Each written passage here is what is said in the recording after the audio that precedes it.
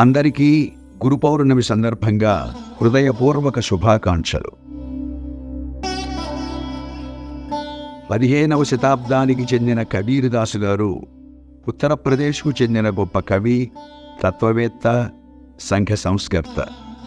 ఆయన తన రచనల ద్వారా ప్రజలను జ్ఞాన మార్గంలో నడిపించడానికి ఎంతో కృషి చేశారు. నీటిలోని చేప దాహంతో అల్లాడినట్లుగా, కస్తూరి జింక తన బొడ్డులోనే సుగంధాన్ని పెట్టుకొని అడవి అంతా తిరిగినట్లుగా సాధకులు కూడా ఆ పరమాత్మను వారి హృదయాల్లోనే ఉంచుకొని పుణ్యక్షేత్రాలు దర్శిస్తున్నారని, సద్గురువు సహాయంతో అజ్ఞానం తొలగినప్పుడు మన హృదయంలోనే ఆయన సాన్నిధ్యాన్ని అనుభూతి చెందగలం అంటారు కబీర్దాస్ గారు. గురు పౌర్ణమి సందర్భంగా ఆయన వ్రాసిన ఈ రచనను విందాం.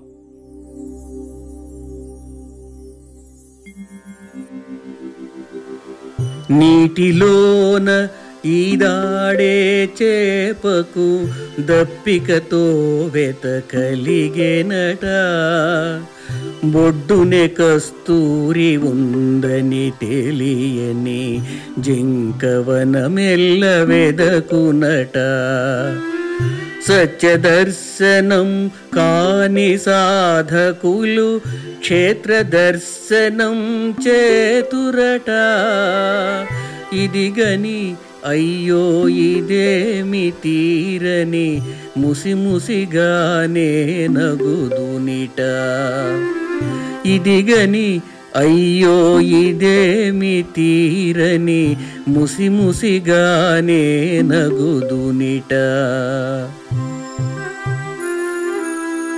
జలము నుండి ఉదయించును కమలం, కమలముపై తిరుగాడును భ్రమరం.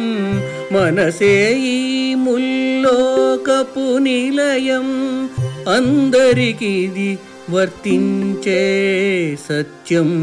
హరిహరాదులు సురలు మునులు ధ్యానించే ఆ పరమతత్వమే. హరిహరాదులు సురలు మునులు ధ్యానించే ఆ పరమతత్వమే. నీలోనే నీ హృదయే నెలవై నాసరహితమై వెలుగొందెనయా.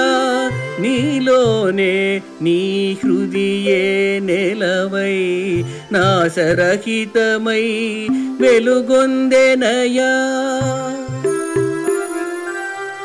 దైవం నీ కళ్ళెదుటే ఉన్నా దూరం అనుకొని పొరబడుదువయా. దైవం నీ కళ్ళెదుటే ఉన్నా దూరం అనుకొని పొరబడుదువయా. కబీరు మాటను వినుమో సాధు, గురువు లేక పొర తొలగదయా. కబీరు మాటను వినుమో సాధు, గురువు లేక పొర తొలగదయా. సద్గురువే ఆ తెర తీయునయా. సద్గురువే ఆ తెర తీయునయా. సద్గురువే ఆ తెర తీయునయా.